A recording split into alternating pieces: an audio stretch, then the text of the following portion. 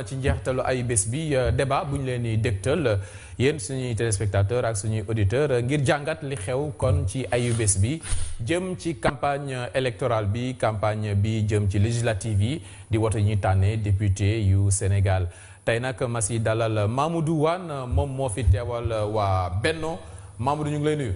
maa ngi lay fay Pape Cheikh. Mamadou Wane ni ki doon As Babacar Gueye teewal fii waa Manko.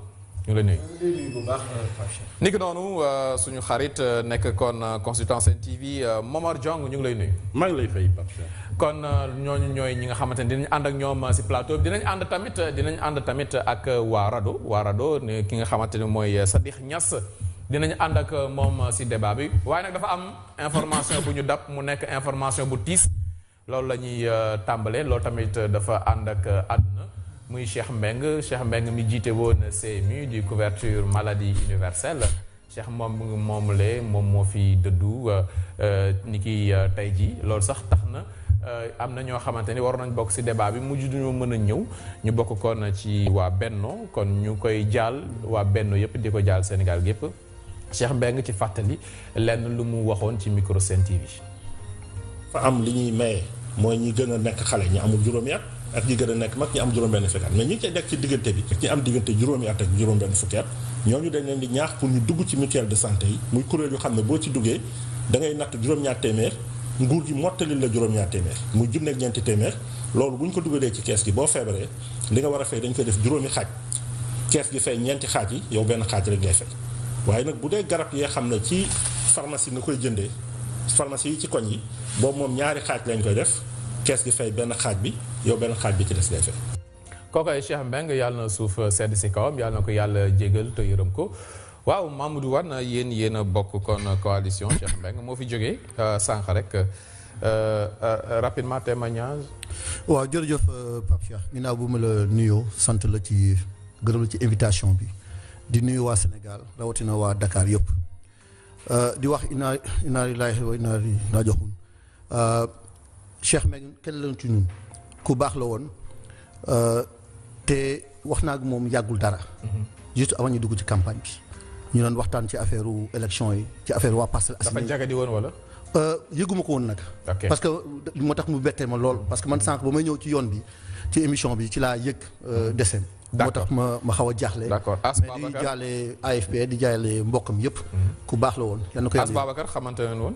wallaay xam naa ko rek ci liggéey bu nga xam ni kilifa réew mi dénk na ko mu ci jéem di ci doon def lu am solo di wane ni wax dëgg yàlla lii war na wane ni àdduna moom lii rek la ñu indi la fi nga jéem a jëf-jëf ju baax ba ëllëgi si biir ñu mën a am témoignage ndax lii lu jaas donc ñu ngi koy jaale le président Macky Sall di ko jaale son premier ministre di ko jaale coalition bi nga xam ni moom la bokkoon aussi donc ñu ngi la koy jaale bu baax a baax. ci turu coalition bi nga xam ne moom laa fi toogal. waaw ki fi jóge ñu koy ñaanal yàlla xare ko àjjana.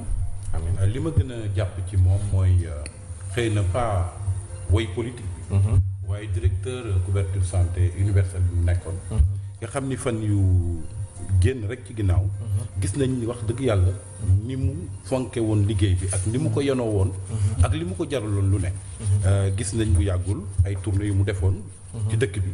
rien que rek pour loolu nga xam ni moom la ko président de la république dénk mu mottali ko ñi ngi ñaan nag naal boobu mu naaloon te yéeneem tey doonoon mu yeggali ko yàlla fexe ba mu yeggali lii nag jàngat la war a doon itam ci way politique yi surtout nag mu ñëw ci jamono joo xam ni démb rek am na pëcc xoogu am coow lu ne am lii rek dafa war a indiwaat nit ñi ci yàlla xam leen ni xëccoo beeg bëgg-bëgg beeg yooyu yëpp. fii àdduna dong la. àdduna dong la.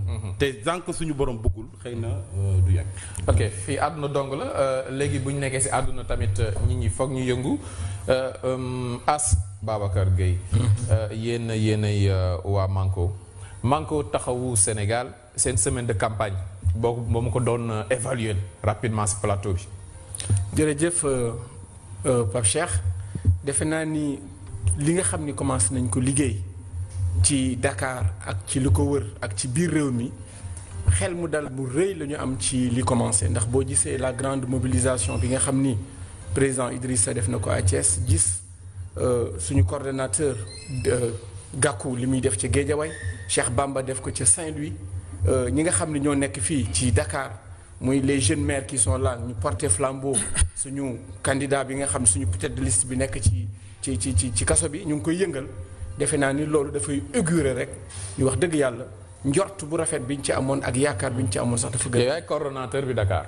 maay coordonnateur commission électorale nationale. commission électorale nationale de la coalition Manko Taxawu. waaw da ngeen teel a tàmbali nag seen affichage koor gi ba léegi affiche yi nga xamante ni Khalifa Sall mu ngi ci ak weeru koor gi mu naan leen sénégalais kon kooru jàmm bu leen ma fàtte si seen i ñaan teel ngeen a commencé yéen. waaw teel nañu commencé ndax it ni mu demee la. suñu tête de liste comme mooy seul tête de liste bi nga xam ni fekkewul mbir mi. ndax am na fu ñu ko teg denc ko ni ko ràpp. fokk ñu wut ay pexe. pour que Sénégal yi wax dëgg yàlla xam nañu sax mu ngi seen xol. surtout waa Dakar du victimisation du yërëmtu. du loolu moo tax wax dëgg yàlla fokk ñu wut ay pexe pour gën a feeñ. Mamadou yéen seen semaine bi. waaw sant yàlla semaine bi semaine bu baax lañu def. Abdoulaye Wade moo leen suul. d'abord commencé ko ci notre tête de liste. le premier ministre Boun Abdallah. commencé ko ci Mbacké. dem Saint-Louis di wër actuellement ni région nord bi yëpp.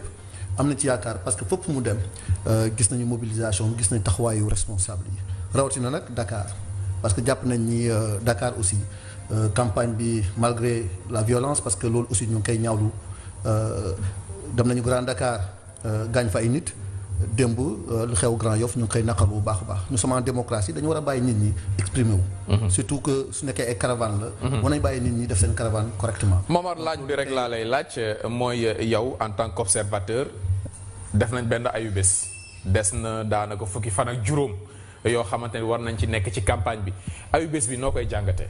waaw ñetti jàngat laa ci am bi ci njëkk mooy la xam nga xam ni njortoon nañ ko bi ñu dëgmalee campagne bi dafa mel ni firndewu na maanaam élection législative yi dafa nekk élection yoo xam ne dafay waajal présidentielle 2019 te loolu feeñ na li tax mu feeñ mooy ñett kilifa yi nga xam ni uute nañu campagne bi te waaye ñoo ko gën a fekke mooy loolu naan tubaab naan les absents les plus présents ñett yi la muy Macky Sall muy Khalifa Sall ak muy Karim Wade Karim Wade li ko ci boole mooy Ablaye Wade ci ay jëfam ak ci waxam yépp da ngay gis Karim ci ginnaaw donc loolu wane na ne lii waajtaay la ci élection présidentielle bi ñu jëm ñaareel bi ma ci jàpp mooy personnalisation débat boobu ak waajtaayu 2019 tax na ba nga xam ni li solos assemblée dëgg candidat yi ci jaar bëriwuñu dafa mel ni dañu personnaliser trop débat bi ñetteel bi nag mooy li ñu naqaru tànk mooy coow yi am démb Grand Yoff ba tàmbali woon nag Grand Dakar parce que Grand Dakar la amoon gis nañ ni itam ba Ablaye Balde demee Fouta defe naa amoon na fa ay jafe-jafe am nañ ko ak Alassane Balde dinañ ànd ak moom léegi ci coowal Grand Yoff yi dinañ si àndaat ak yow moom léegi avant ñuy ànd ak Alassane Balde ci coow yi xewoon Grand Yoff dañuy dem kon Momar seeti ki nga xamante ni moom mooy Sadikh Niass moom moo jiite RADDHO ñu xarañee ko lool ci observation li nga xamante ni moom mooy élection yi fii Sadikh Niass ñu ngi lay nuyu. maa lay fay Pape Cheikh. Sadikh Niass laaj bi ma laaj ñi nga xamante ñoo nekk ci plateau bi laa lay laaj mooy dine ci ayu bés bi ginnaaw ayu bés bi yéen gis nañ ngeen def point de presse yéen waa RADDHO ngir dànkaafu nguur gi ak politique yi ci yu bare dafa mel ne bokk ngeen ñi nga xamante ni seen xel dalul ci liy xeeñ.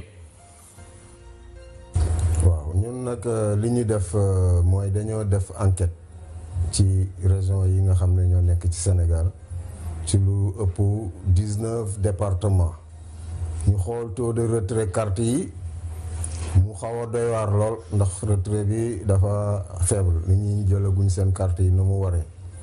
ñu am yeneen difficulté yoo xam ne gis nañu ko ci erreur yi ñu def ci carte yi nga xam ne war nañ ko imprimer guñu ko erreur yi ñu def ci photo yi ak ci nom yi ñu signalé te li des ci élection yi bëriwul 15 jours rek moo tax suñu xel xaw a ñaaw un peu ci taux de participation bi buñ ko boolee ak nawet bi nga xam ne ñi si bëri fu mu ne nii sama mbokk baykat yi ñu ngi jublu si tool yi di ruuj ñii di ji yooyu yëpp dafay nekk ay gàllankoor yoo xam ne bu ñu ko tegalee bu ñu góorgóorluwul bu baax élection yi dana xaw a tax.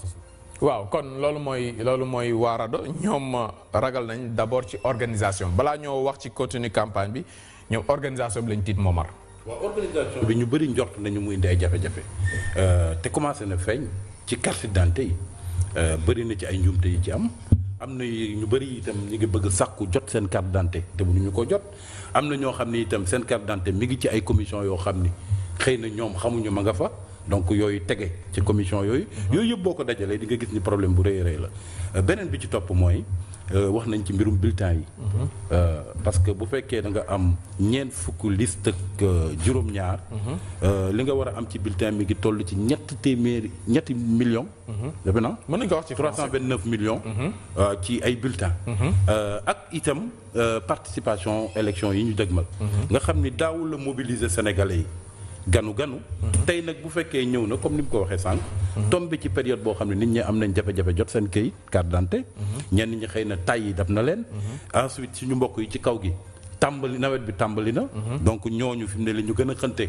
mooy xëy na liggéeyu tool ko leneen te comme bu ndox commencé toog am na ci ay gox-goxaan yoo xam ne sax jóge fa mobiliser wu déplacé wu dafay metti donc loolu yëpp boo ko dajalee xëy na ñu dem ci élection boo xam ni dina bokk ci élection bi enregistré taux de participation bu gën a faible te loolu nag defe naa du luy baax ci démocratie. As Babacar gannaaw taux de participation bi contestation tamit mën nañ ko ci xaar.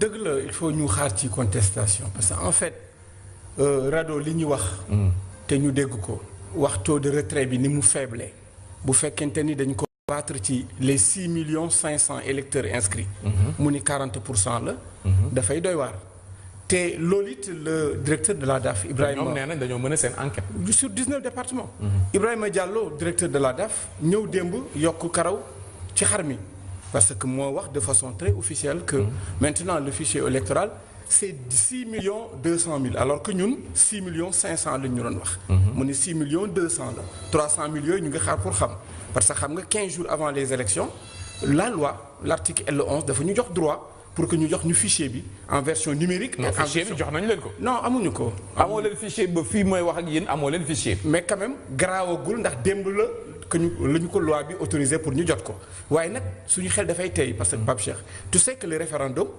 forcing bi ngay wax xam ne daañu ci ñëw Abdoulaye Daouda Diallo avait refusé de donner à l'opposition le fichier. dañuy dem ci élection yi sans fichier mais bii moo tax ñu ngi koy wax ni ko li ñu loi bi jox muy fichier bi ñu war ko am en version numérique en version papier 15 jours avant les élections nañu ko jox ndax ñu mën a càmbar 6 200 yooyu ñuy wax ak 6 500 yi li ci am solo mooy moom nee na defar nañu actuellement 5 200 cartes tiré nañu ko mettre ko à la disposition moom mooy kan moom Ibrahima Diallo mi nga xam ne mooy njiital daaf moo yor mbir mi mu ne ñu li ñu inquiété mooy mu ni des na 1 million de cartes waaye fii ak une semaine avant la campagne daañu tiré 500 000 yi mettre ko une semaine avant mettre ko à la disposition des autorités administratives ba pare mu avoué ni les 500 000 autres yi des non du ñu jot seen carte. Mamadou yow mi nga xamante ni yaa fi teewal Benno Sénégal quand même am na culture élection yàgg nañu organiser élection Abdou Diouf luñ ko mënti waxal lu coow li bari woon quand même organiser fi na fi ay élection yoo xamante ni àdduna bi sépp rafetlu nañ ko Abdoulaye Wade ni ki noonu yéen puso bi tey mbaa du réeré seen loxo. non puso bi Pape Cheikh il faut que ñu garder notre sérénité élection yi dama jàppoon ñu bëri dañoo waxante du am yàlla def opposition bi xam na ne élection day am wax nañu ci référendum bi mais il faut rappeler que le référendum fichier numérisé la gars yi joxe parce que moom wax na ni fichier papier yooyu mais fichier bi joxe woon nañ ko. lu am ba am mooy d'accord naa ak Momar lu mu wax élection législative du mobiliser te jàpp nañ taux de participation bi aussi mun na néew mais carte yi ñu ngi ci commission yi il faudrait que Sénégalais te léegi. on a donné autorisation ñu ngi ci commission yi te jox nañu autorisation au gouverneur et au préfet ñu créer autant de commissions. nécessaire pour que ñu mun a jox jëbbal carte ci Sénégalais c'est-à-dire donc aujourd'hui nga baal ma dellu ci Sadikh Niass si rebondir si loolu parce que carte yi lay wax léegi Sadikh Niass yow waa RADDHO ginnaaw bi ngeen defee enquête nee nañ carte yi mu ngi ci commission yow loo siy tontu. li ñu gis mooy que ne boo ñëwee si commission yi sax di nga fa fekk carte yu bëri ñu fa jàll waaye tat terewul tamit gis nañu nit ñu bëri ñuy ñëw si commission yooyu ñu ne leen seen carte nekku fa loolu nag ñaari mbir la dafa mais ni benn carte yi ñu fa jàll du foofu lañ ko waroon a jàll faneen lañ ko waroon a yóbbu wala nit ñi xamuñu fu ñuy dem jël fa seeni carte loolu tamit lu ñu jar a leeral la ci information bu ñu war a jox nit ñi ñu xam exactement ñoom fan lañ war a dem pour jël seen carte dafa mel ni nit ñi dañoo xaw a jiixi jaaxa ndax gis nañ nit ñu bëri dem ñëwaat demaat ñëwaat ba am na sax ñu ne ñoom dañoo xaddi fu mu ne nii dañuy xaar rek ba élection yi pare ñoom ñu door a dem jëli seeni carte loolu yëpp day indi ay problème waaw loolu yëpp boo ko boolee nag ak nombre candidat yi nga xam ne fu mu ne nii wala dafa jéggi dayoo ñu naan ñeent fukk ak juróom-ñaari candidat loolu ak bulletins yi ñu war a teg ci bureau de vote yi représentants yi bu ñu ñëwee mbir mi dina jaxasoo boo xam ne laa ne bu ñu góorgóorluwul rek élection yi dina am ay jeexi jaaxa yoo xam ne ni dina si am te du yombal mbir yi. Mais Mamadou waa RADDHO dëggal nañ li Momar Diong wax léegi. mbir mi tax suuf. non Pape Cheikh wax day leer. néew ma problème amul. ok dama ne carte yi ñu ngi ci commission yi. waaw effectivement am na ay sénégalais même ñun actuellement nii. suñu ay militants suñu ay responsables ñu ngi jéem a jàppale suñu sénégalais yi pour ñu jëm retirer seen carte. Il y a des difficultés il faut pas le nier. am na ay difficultés. maintenant. difficultés yi bari na de. non mais xam nga nu mu munti bëri élection lañ jëm. te aussi moom wax na ko léegi. dina crédible non il faut que tous les partenaires qu'on veille sur le processus pour que ces élections yi doon élections yu crédibles. loolu du mbirum nguur gi. Ibrahima Diallo mën nañ d'accord sax mu bañ a def ay point de presse wax ak sénégalais yi loolu c'est sénégalais autorités yi bariwul lu ñuy wax ak sénégalais di expliquer mais quand même ku jegi ngeen jox leen li nga xamante ne am nañ droit yore ko. au moins ngeen jox leen fichier bi jox leen document yi nga xamante ne am nañ droit am yegg ci document yooyu. Pape Cheikh. élection processus la. moom as d'accord na ni. on est à moins de 15 jours. waaw d'accord na xam nga nag fii ak ñu yegg ci élection yi. mooy le 30 processus la. parce que xam nga te processus dafa commencer ci désigner les représentants de partis dans les bureaux de vote yooyu dépassé nañ ko léegi ñu ngi ci effectivement. wërëwë dem na këng. non mais élection moom dina am. dina am nag mooy que ni na ci Sénégalais yëpp jàpp. est-ce que poser problème report question bu sérieuse la Momar Diong. non yaakaaruma ko parce que fi ñu toll nag quand même ci processus bi defe naa mbiru béy wéy na mbuus defe naa fi mu ne moom dëgmal nañu ay élection nit ak lu mu métti dañ ci war a dem métti dañ ciy dem ndegam ma xool ba xam c'est-à-dire nga baal dinaa ñëw léegi yow si as c'est-à-dire yéen nuy waa RADDHO bokk ngeen ci ñuy observer élection yi est-ce que report mën nañu sérieusement poser la question à 15 jours du scrutin. loolu mënuñu ko prouver mais day am lu koy niru parce que rétention de carte bu amul tamit am na ñoo xam ne ñu ngi leen di jël di dajale carte yi di leen ko yët seeni kër te loolu loi bi daf koo tere loolu gis nañ ko ci enquête yi ñu def ci village yi sax ay ñoo xam ne ni ay chef de village ak yenn commission yi dañuy jël ay carte dajale ko di ko yët seeni borom te ñooñu nekkuñu fa ñëwuñ ci commission bi jël 6 cartes yi loolu lañ ne boo ko gisee day fekk parti politique yi dafa am ñoo xam ne nii ñu si bëri sax ci opposition bi gis nañ ne si commission yooyu sax ñoom nekkuñu fa te loolu tamit beneen problème la ñu ngi kaas di kii mais commission bi boo fa nekkul bu ñu fay def lu dul yoon tamit du la fa fekk loolu moo tax bu ñuy jël ay carte di yóbbul ay nit ñu bëri dem gisuñu seen carte ñu njëkkoon a bindu ñu si bëri jotuñu seen carte ñu mujj a bindu am na si ñu bëri ñu jot seeni carte mbir yi daal xaw na tey xel waaw mbir mi dafa tey xel moo tax ñun ñu teel a alerté ne daal nañu gaaw a fadlu ci fukki fan ak juróom yi si des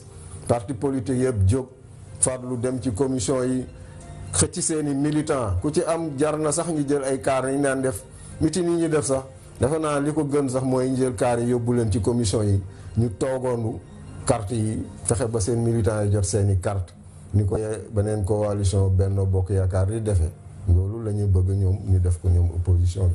waaw As Babacar. kon loo si tontu. Cheikh li ma ciy tontu mooy xam nga élection. contenu la ak contenant.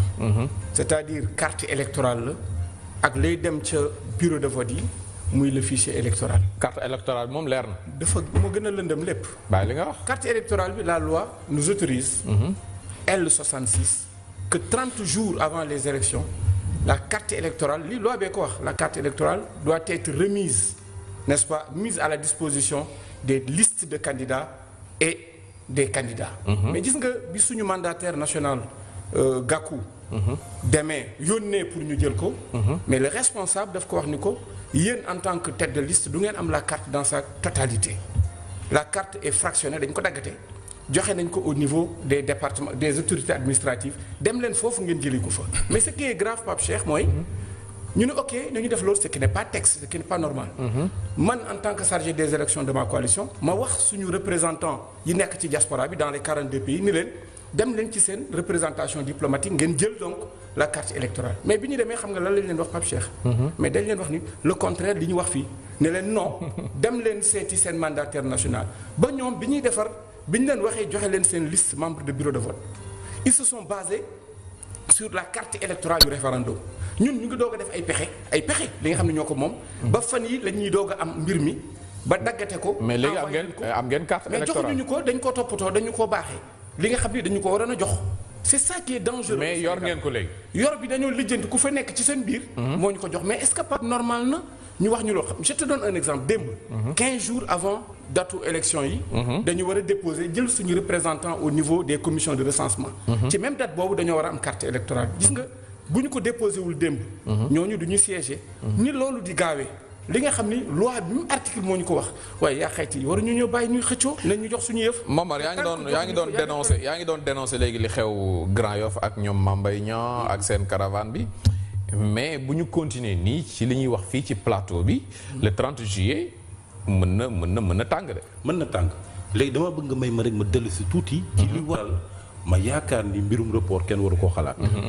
li ko waral mooy ci réewum démocratie war nañ quand même di sàmmonteeg li ñuy wax calendrier républicain. ñaareel bi mooy bu fekkee dàq nañ ko bii mooy ñaareelu dàq. parce que bu ñu fàttali ni que président de la république am na date bu mu njëkkoon a joxe. nit ñi gis ni que bu boobaa campagne bi dafay méngoog weeru koor ñu ni ko loolu xoolaat ko mu dàq ko. rax ci dolli itam buñ ko dàqee kañ lañ koy amalaat parce que nag ñu bëri jàpp nañ ni fii ak 2019 benn élection fi am parce que muy élection présidentielle mais dañuy réere mbir ni 2019 ci boppam am na beneen élection muy élection locale. donc boo dàqee élection législative. te fii ak lu mat ak genn wàll nga war a dem ci élection présidentielle ak élection locale. kon élection législative yi nga dàq ban diir nga koy def. loolu muy problème. ma dellu si nag ci li nga laajte sànq. ci bu ñu demee ba ci bés vote bi sax. xam nga Pape Cheikh bu ñu waxante dëgg. école bu normal sax léegi te bëgg nekk dans les standards. amatul effectif bu toll ci ñeent fukk ak juróom-ñaari élèves ci biir classe. léegi imaginez élection yi ñu jëm bu fekkee liste yi nga xam ne ñi ngi en compétition ku ci nekk yónni nga sa ndaw mu toogal la ci bureau de vote ñoom dong xam lu ñuy doon ëpp nañ sax salle de classe 47 la ñuy doon boo ci boolee ñi nga xam ne ñooy membre du bureau yi président assesseur ak waa Sénat mais daanaka au moins 60 personnes ci salle waaw mais loolu ci anam yooyu naka lañ ci mën a voter donc ñi ngi dem ci élection yoo xam ne wax dëgg yàlla kumpa gi bëri na lool ne serait-ce que effectif bi mais surtout contestation. ak contestation. As Babacar Gueye li mu wax fii nii mais buñ ci demee ci xët-xët loolu lañ nar a demee foofu. xam nga carte électorale bi tax ñu war koo leeral. bu ñu fàttali ni que élection yi ñu génn. am na lu ñu tuumaaloon ministre de l'intérieur. maanaam ab lim boo xam ni ku jege dañ jàppoon ni ay bureau fictif la. bureau fictif maanaam ay bureau yoo xam ni amul fenn fu mu nekk waaye dafa mel ni dañ koo créé. loolu nag bu fekkee bañ nga suuxat. suspicion yooyu.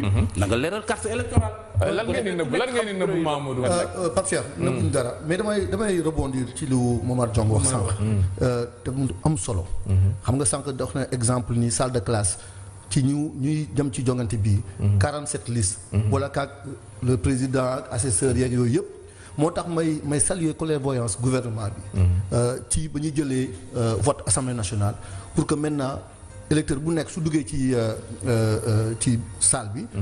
5 bulletins lay jël. mais loolu terewul présence su 47 représentants yi liste yi terewul présence su bureau de vote bi ses membres. terewul présence su votants yi muy électeurs yi. ça fait une soixantaine de personnes dans une salle de classe qui n'est pas climatisée. qui n'a pas de ventilo a priori. ay pas abri provisoire la. mais loolu.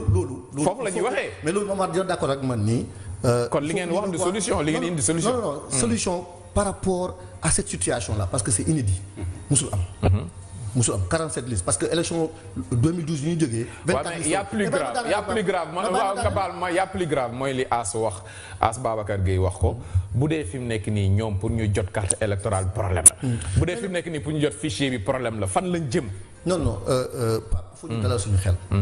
xam nga actuellement nii c'est comme je l'ai dit tout est inédit processus bi ñu jëm c'est compliqué il faut le dire. mais il faut y aller avec sérénité. Opposition bi. Il y a des responsables quand même. Oui, absolument am nañu ay droits. Il y a des organisateurs du scrutin. Absolument. waaw ñooñu kay ñoo war a jël seen responsabilité. Pape Cheikh. waaw élection yi directeur général élection. wax na ko démb ak Ibrahima Diallo wax nañu démb ni depuis sur le budget de 2016 la ñu commencé préparer élection yi te on se souvient très bien que depuis 2016 ba dugg 2017 gars yi dañuy wax ne élection du am pour plusieurs raisons. élection je suis d'accord avec Momar lu mu wax noonu la à 15 jours. élection dina am bëgguma joxe impression di la dog mais quand même élection respiration normale démocratie ay élection ci la bokk. Sénégal gépp xam nañ ñun ñëpp xam nañ ne coupe du monde 2018 day am ban problème la lu tax ñun waruñu mën a xam ne mais juillet 2017 élection am na Sénégal ay élection dina am loolu du waxu plateau nag. mais Pape Cheikh. xam nga comme je l'ai dit tout à l'heure xam nga processus bi ñu jëm. pour lan élection organiser élection war a doon lu extraordinaire man loolu moo jaaxal. non y a rien d'extraordinaire. waaw lu tax nga naan élection da nga ko teg comme un trophée boo xamante ni waaw organiser nañu élection yi pour lan mais c'est normal. y a rien d'extraordinaire parce que quand même Sénégal. réew démocratie la. réew démocratie amul dara lu extraordinaire. les choses se passent correctement xam nga sànq moom ci aas boppam. mais débat bi sax waru woon am dans les normes débat bi waru woon am. mais Pape. débat bi waru woon am. mais xam nga aussi xam nga journalistes yi. fu amul problème dañ fay créer problème. c'est vrai parce que aussi yéen da ngay war a jàppale parce que il faut aller vers l'information parce que nguur gi mu ngi jël toutes les dispositions au moment où nous parlons pour que situation bi toute la situation tout le processus. mu am ay solutions ñëpp d'accord ni élection yi parce que lu am solo mooy que suñu génnee ci élection yi le 30 juillet vraiment ñëpp dellu seen liggéey. ñëpp dellu seen liggéey te aussi ñu ngi wax ni te loolu aussi Pape dama koy naqarlu dama ci wantuwaat tey Sénégal war na passé caravane di dugg ci commune. ñu koy attaqué. def nañ ko Grand Dakar. defar ko démb Grand Yoff. te loolu lu dul waa maa ngi jégalu sama xarit bi waaw maa ngi ko taxaw. waaw d'accord violence dina si ñëw. violence dina ñëw parce que la violence. As waa rapidement li may wax déjà dama koy leeral rek ni. je maintiens ce que j'ai dit que le fichier amuñu ko woon man maa représenté woon Gor ca wax ja. commission électorale nationale. le ministre vise man ak moom. mu wax ma du ma leen jox dara. mais li ma bëgg a wax Pape Cheikh est-ce que xam nga Pikine mu ngi am 953 bureaux de vote bi ñu gëstoo quartier électoral bi les 302 bureaux de vote ay abris provisoires lañu Pikine ak ay écoles la non attends non je dis département de Pikine non le nombre de bureaux de vote a augmenté. et puis non attends je pense que may ma eggale li ma dafa doy waar. waaw abri provisoire man xam naa ko ca Ñiic xam naa ko ca Mbadakhoune waaye biir Pikine ak i école am ak i ay centre am. mais Parcelles Assainies 32% attends xaaral ma leeral. Parcelles Assainies non je vous en prie je demande aux Sénégalais Pape Cheikh donc la question que je pose. mooy pour Sénégalais yi est-ce que xel jàpp na que 953 bureaux de vote du département de Pikine fii ci capitale bi 302 yi maanaam 32% yi dañ leen di mbaaral te école yi nekk fi. est-ce que xel jàpp na ñu jël Kër Mbaye Fall. l'école de Kër Mbaye Fall li ñuy wax c'est factuel ah. école de Mbaye Fall 17 classes physiques la am. mais 34 bureaux de vote la am les 17 physiques les 34 abris provisoires alors que école yi ko wër kenn utilisé dañ leen a tëj l'école de Aynou Madi à Kër Massar école unité 11 dafay taa Pape Cheikh dafa graw dafay taa ñu jël dugal fa 27 bureaux de vote alors que moitié bi mooy classe physique alors que école unité 5 ak unité 4 bi ko wër ñu ngi ko ne ràpp tëj am ay classes lu ñu nar ci bureau provisoire yi c'est ça le problème. mais Pape Cheikh xam nga il faut qu'on évite ça. dama bëgg a daanaka rek ci loolu. il faut qu'on évite di wax ay abri provisoire man Parcelles laa dëkk. fa lay voté. yàgg na am abri provisoire. yàgg na am abri provisoire. non mais laaj. maintenant xam nga y a des questions yoo xam ne nii. peut-être que on peut ne pas maîtriser ça. parce que il faut plusieurs raisons. ça peut être lié à la sécurité. ça peut être lié. mais Mamour am classe ba pare di mbaar am classe di mbaar. ça dépend parce que laaj bi le fond de la question Mamadou le fond de la question mooy. oui da ngeen bëgg a créer benn chaos. pour créer des conditions difficiles du scrutin. Pape Cheikh ça pas mënul am. mais c'est sous le régime de Macky Sall qu'on a parlé de bureau fictif ah. waaw non mais xam nga loolu xam nga opposition man lu muy wax moom wax dëgg neex yàlla su nekkoon sax Momar la génn ak yooyu. je peux comprendre. waaw kon nañ déglu Momar loolu gis situation opposition. waaw léegi nañ déglu Momar mu wax lu mu gis situation. léegi déglu Momar d'accord non c'est que Momar damay daaneel rek Pape. xam nga processus élection processus la te wax dëgg neex yàlla Sénégal am na lu bëri lu mu def ci élection mais dafa am 2 alternances fii Sénégal. lu wax ñu lépp baax na. loolu lépp avant Macky Sall. waaw mais d'accord fi mu nekk nii li xew teel ñun 2017 la. mais xam nga ñun man dama bokk man j'ai fait 12 ans d'opposition à Abdoulaye Wade. j'ai fait 12 ans d'opposition à Abdoulaye Wade. xam naa bu baax opposition nu muy xalaatee xam naa bu baax un régime wala un état nu muy xalaatee. dañuy wax noonu rek quoi. non du question mais opposition. lu mu wax lu factuel la daf ne la temps de classe ñoo am ci école bi. ngeen tëj ko ngeen uti ay abris provisoires à côté. mais dama ne. loolu c'est concret parce que Asni bu may voté.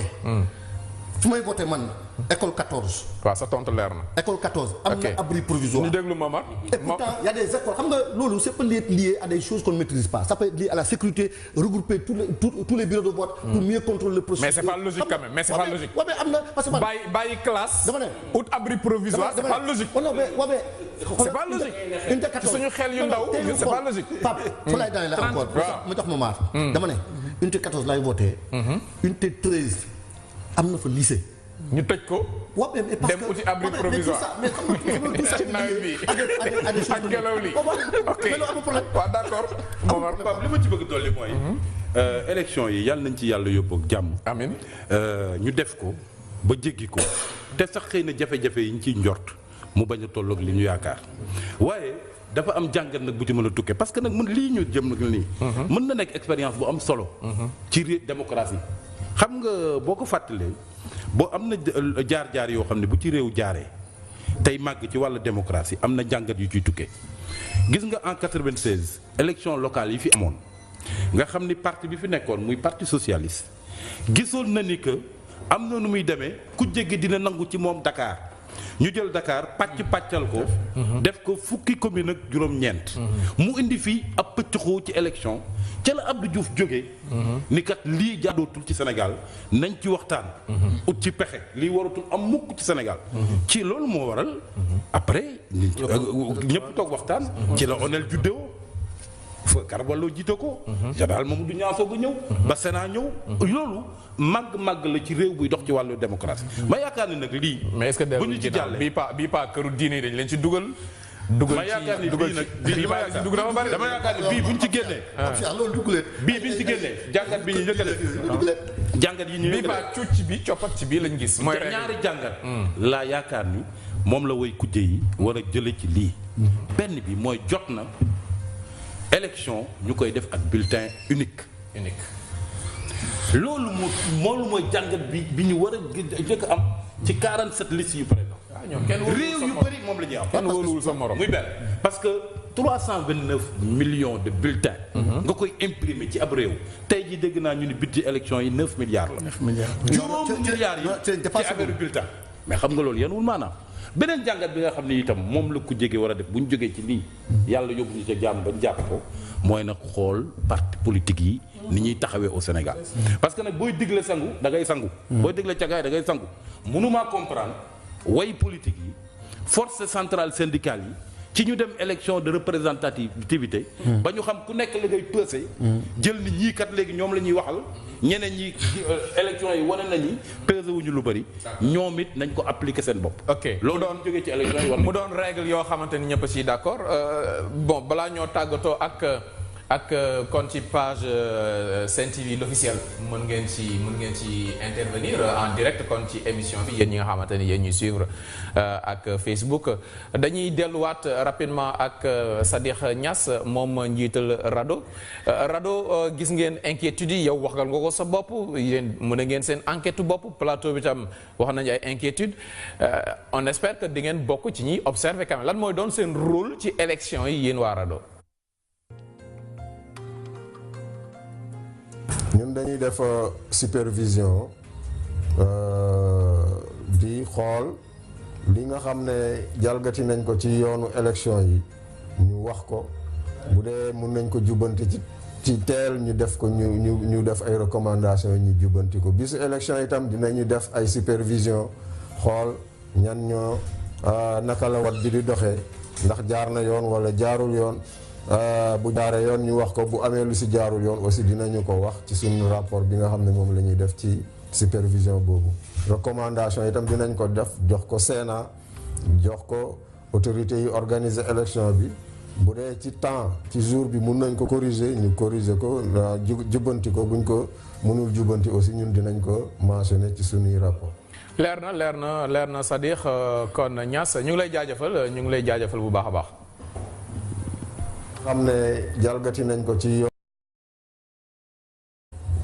région yi nga xam ne ñoo nekk ci Sénégal ci lu ëpp 19 départements ñu xool taux de retrait carte yi mu xaw a doy waar lool ndax retrait bi dafa faible nit ñi jëlaguñ seen carte yi nu mu waree ñu am yeneen difficulté yoo xam ne gis nañu ko ci erreur yi ñu def ci carte yi nga xam ne war nañ ko imprimer guñu ko erreur yi ñu def ci photo yi ak ci nom yi ñu signalé te li des ci élection yi bëriwul 15 jours rek moo tax suñu xel xaw a ñaaw un peu ci taux de participation bi buñ ko boolee ak nawet bi nga xam ne ñi ci bëri fu mu ne nii sama mbokk baykat yi ñu ngi jublu ci tool yi di ruuj ñii di ji yooyu yëpp dafay nekk ay gàllankoor yoo xam ne bu ñu ko tegalee bu ñu góorgóorluwul bu baax élection yi dana xaw a tax. waaw kon loolu mooy waa RADDHO ñoom ragal nañ d'abord ci organisation balaa ñoo wax ci contenu campagne bi ñoom organisation bi lañ tiit Momar. waaw organisation bi ñu bëri njort nañu mu indi ay jafe-jafe te commencé na feeñ ci carte d'identité yi bëri na ci ay njuumte yi ci am na ñu bëri itam ñu ngi bëgg sàkku jot seen carte d'identité te mënuñu ko jot am na ñoo xam ne itam seen carte d'identité mi ngi ci ay commission yoo xam ni xëy na ñoom xamuñu ma nga fa. donc yooyu tege ci commission yooyu yëpp boo ko dajalee di nga gis ni problème bu rëy a rëy la beneen bi ci topp mooy wax nañ ci mbirum bulletin yi parce que bu fekkee da nga am ñeent fukk liste ak juróom-ñaar li nga war a am ci bulletin mi ngi toll ci ñetti millions defe naa mën nañ ko wax ci 329 millions ci ay bulletins ak itam participation élection yi ñu dëgmal nga xam ni daawul la mobiliser sénégalais yi ganu tey nag bu fekkee ñëw na comme ni mu ko waxee sànq tombé ci période boo xam ne nit ñi am nañ jafe-jafe jot seen këyit carte d'identité ñenn ñi xëy na tay yi def na leen ensuite suñu mbokk yi ci kaw gi nawet bi tàmbali na donc ñooñu fi mu ne li ñu gën a xënte mooy xëy na liggéeyu tool ko leneen te comme bu ndox commencé toog am na ci ay gox-goxaan yoo xam ni sax jóge fa mobiliser wu déplacé wu dafay metti donc loolu yëpp boo ko dajalee xëy na ñu dem ci élection boo xam ni dina bokk ci élection bi enregistré taux de participation bu gën a faible te loolu nag defe naa du luy baax ci démocratie. As Babacar gannaaw taux de participation bi contestation tamit mën nañ ko ci xaar. dëgg la il faut ñu xaar ci contestation parce que en fait RADDHO li ñu wax te ñu dégg ko wax taux de retrait bi ni mu faible bu fekkente ni dañ ko battre ci les 6 500 000 électeurs inscrits mu ni 40% la dafay doy waar te loolu it le directeur de la DAF Ibrahima ñoom nee nañ dañoo mën a seen enquête sur 19 départements Ibrahima Diallo directeur de la DAF ñëw démb yokk karaw ci xar mi parce que moo wax de façon très officielle que maintenant le fichier électoral c'est 6 200 000 alors que ñun 6 500 la ñu doon wax mu ni 6 200 la 300 000 yooyu ñu ngi xaar pour xam parce que xam nga 15 jours avant les élections la loi l'article L11 dafa ñu jox droit pour que ñu jox ñu fichier bi en version numérique. non fichier bi jox nañu leen ko. non amuñu ko. amoo leen fichier ba fii mooy wax ak yéen amoo leen fichier. mais quand même garaawagul ndax démb la que la ñu ko loi bi autorisé pour ñu jot ko waaye nag suñu xel dafay tey parce que Pape Cheikh tu sais que le référendum forcing bi ngay wax xam naa daañu ci ñëw Abdoulaye Daouda Diallo avait refusé de donner à l'opposition le fichier dañuy dem ci élection yi sans fichier mais bii moo tax ñu ngi koy wax ni ko li ñu loi bi jox muy fichier bi ñu war ko am en version numérique en version papier 15 jours avant les élections nañu ko jox ndax ñu mën a càmbar 6 millions 200 yooyu ñuy wax ak 6 millions 500 yi li ci am solo mooy moom nee na defar nañu actuellement 5 millions 200 cartes tiré nañu ko mettre ko à la disposition moom mooy kan moom Ibrahima Diallo mi nga xam ne mooy njiital daaf moo yor mbir mi mu ne ñu li ñu inquiété mooy mu ni des na 1 million de cartes waaye fii ak une semaine avant la campagne daañu tiré 500 000 yi mettre ko une semaine avant mettre ko à la disposition des autorités administratives ba pare mu avoué ni les 500 000 autres yi des. non du ñu jot seen carte. Mamadou yow mi nga xamante ne yaa fi teewal Benno Sénégal quand même am na culture élection yàgg nañu organiser élection Abdou Diouf lu ñu ko mënti waxal lu coow li bari woon quand même organiser fi na fi ay élection yoo xamante ni àdduna bi si yëpp rafetlu nañ ko Abdoulaye Wade ni ki noonu yéen puso bi tey mbaa du réere seen loxo. non puso bi Pape Cheikh réer il faut que ñu garder notre sérénité élection yi. dama jàppoon ñu bëri dañoo waxante du am yàlla def opposition bi xam na ne élection day am wax nañu ci référendum bi mais il faut rappeler que le référendum fichier numérisé la gars yi joxe parce que moom wax na ni fichier papier yooyu mais fichier bi joxe woon nañ ko. lu am ba am mooy d'accord naa ak Momar lu mu wax élection législative bi mobilisé te jàpp nañ taux de participation bi aussi mun na néew mais carte yi ñu ngi ci commission yi. il faudrait que Sénégalais te léegi. on a donné autorisation ñu ngi ci commission yi te jox nañu autorisation au gouverneur et au préfet ñu créer autant de commissions. nécessaires pour que ñu mun a jox jébbal carte. c'est-à-dire donc aujourd'hui nga baal ma dellu ci Sadikh Niass si rebondir si loolu parce que carte yi lay wax léegi. Sadikh nga xam yow waa RADDHO ginnaaw bi ngeen defee enquête nee nañ carte yi mu ngi ci commission yow loo siy tontu. li ñu gis mooy que ne boo ñëwee si commission yi sax di nga fa fekk carte yu bëri ñu fa jàll waaye tat terewul tamit gis nañu nit ñu bëri ñuy ñëw ci commission yooyu ñu ne leen seen carte nekku fa loolu nag ñaari mbir la dafa mel ni benn carte yi ñu fa jàll du foofu lañ ko waroon a jàll faneen lañ ko waroon a yóbbu walla nit ñi xamuñ ne moom lii rek la ñu indi la fi nga jéem a jëf-jëf ju baax ba ëllëgi ci biir ñu mën a am témoignage ndax lii du jaas donc ñu ngi koy jaalee le président Macky Sall di ko jaalee son premier ministre di ko jaalee coalition bi nga xam ni moom la bokkoon aussi donc ñu ngi la koy jàlle bu baax a baax. ci turu coalition bi nga xam ni moom laa fi toogal. waaw ki fi jóge ñu koy ñaanal yàlla xare ko àjjana. amiin li ma gën a jàpp ci moom mooy xëy na pas woy politique bi. waaye directeur couverture santé universelle bi mu nekkoon. nga xam ni fan yu génn rek ci ginnaaw. gis nañ ni wax dëgg yàlla ni mu fonke woon liggéey bi ak ni mu ko yenoo woon. ak li mu ko jaraloon lu ne. gis nañ bu yàggul ay tournées yu mu defoon. ci dëkk bi. rien que rek pour loolu nga xam ni moom la ko président de la république dénk. mu mottali ko. ñi ngi ñaan nag naal boobu mu naaloon. te yéeneem tey doonoon mu yeggali ko. yàlla fexe ba mu yeggali. lii nag jàngat la war a doon itam ci way politique yi. surtout nag mu ñëw ci jamono joo xam ni démb rek. am na pëcc xoogu am. coow lu ne am. lii rek day dafa war a indiwaat nit ñi ci yàlla. xam leen ni xëccoo beeg bëgg-bëgg beeg yooyu yëpp. fi àdduna dong la. àdduna dong la. te sànq suñu borom bëggul xëy na du yàgg. ok fii àdduna dong la léegi bu ñu nekkee si àdduna tamit nit ñi foog ñu yëngu As Babacar Gueye. yéenay waa Manko taxawu Sénégal seen semaine de campagne boo ma ko doon évaluer rapidement si plateau bi. jërëjëf Pape Cheikh defe naa ni li nga xam ni commencé nañ ko liggéey ci Dakar ak ci li ko wër ak ci biir réew mi xel mu dal bu rëy la ñu am ci li commencé ndax boo gisee la grande mobilisation bi nga xam ni président Idrissa def na ko à Thiès gis suñu coordonnateur Gakou li muy def ci Guédiawaye Cheikh Bamba def ko ca Saint-Louis ñi nga xam ne ñoo nekk fii ci Dakar muy les jeunes maires qui sont là ñu porter flambeau suñu candidat bi nga xam ne suñu tête de liste bi nekk ci kaso bi ñu ngi koy yëngal defe naa ni loolu dafay augurer rek ñu wax dëgg yàlla njort bu rafet biñ ci amoon ak yaakaar biñ ci amoon sax dafa gën. yaay coordonnateur bi Dakar. maay coordinateur commission électorale nationale. commission électorale nationale de la coalition Manko Taxawu. waaw da ngeen teel a tàmbali nag seen affichage koor gi ba léegi affiche yi nga xamante ni Khalifa Sall mu ngi ci ak weeru koor gi mu naan leen sénégalais yi kon kooru jàmm bu leen ma fàtte si seen i ñaan teel ngeen a commencé yéen. waaw teel nañu commencé ndax it ni mu demee la. suñu tête de liste comme mooy seul tête de liste bi nga xam ni fekkewul mbir mi. ndax am na fu ñu ko teg denc ko ni ko ràpp. fokk ñu ut ay pexe. pour que Sénégal yi wax dëgg yàlla xam nañu sax mu ngi seen xol. surtout waa Dakar du victimisation du yërëmtu. du loolu moo tax wax dëgg yàlla fokk ñu ut ay pexe pour gën a feeñ. Mamadou yéen seen semaine bi. waaw sant yàlla semaine bi semaine bu baax lañu def. Abdoulaye Wade moo leen suul. d'abord commencé ko ci notre tête de liste. le premier ministre Boun Abdallah. commencé ko ci Mbacké. dem Saint-Louis di wër actuellement ni région nord bi yëpp.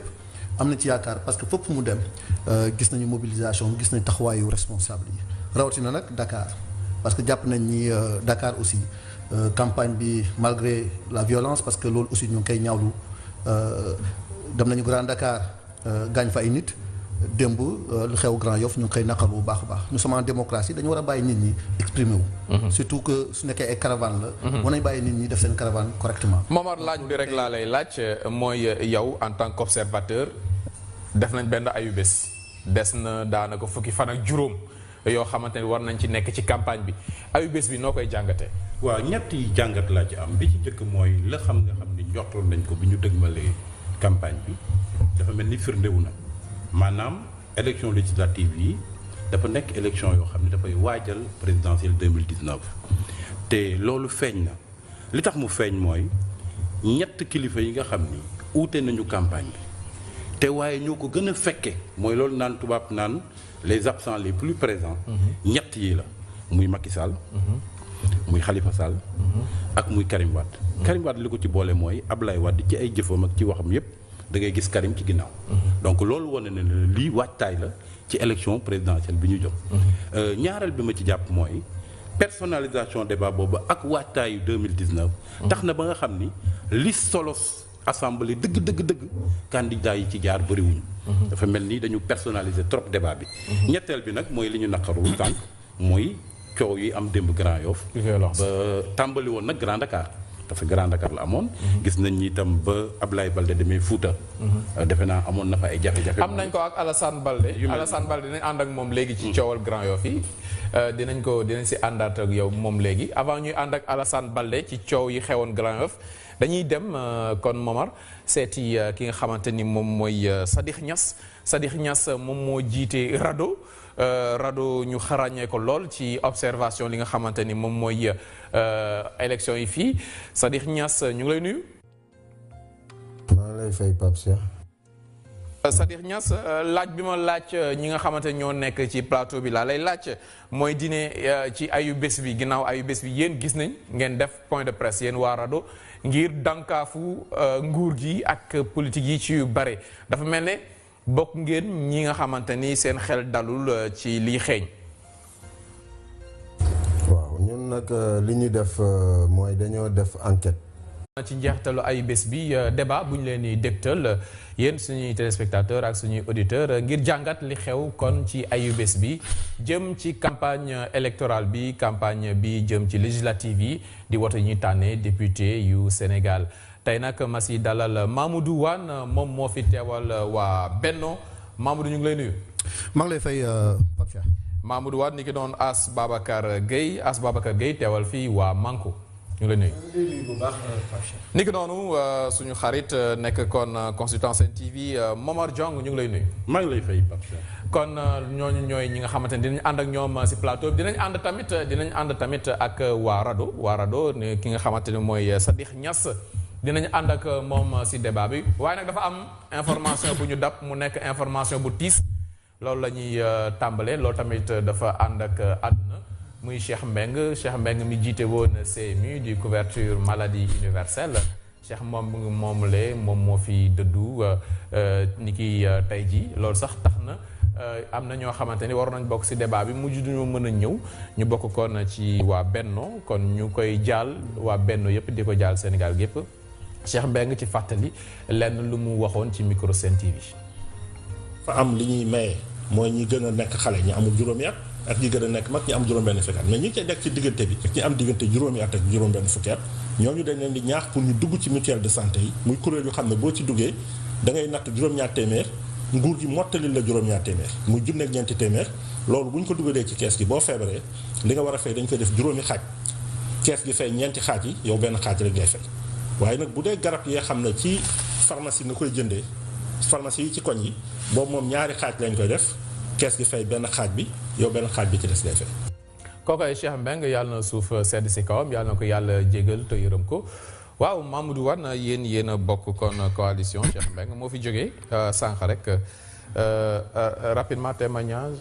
waaw jërëjëf Pape Cheikh ginnaaw bu ma la nuyoo sant la ci gërëm la ci invitation bi di nuyu waa Sénégal rawatina waa Dakar yëpp di wax inna lillahi wa inna ilayhi raaji'uun Cheikh Mbengue kenn lañ ci ñun ku baax la woon te wax naa ak moom yàggul dara.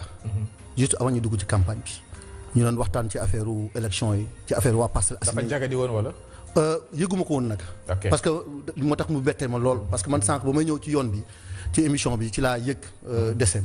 moo tax ma xaw a jaaxle. d'accord As mais di jaale AFP di jaale mbokkam yëpp. ku baax la woon yal na ko As Babacar xamante ne woon.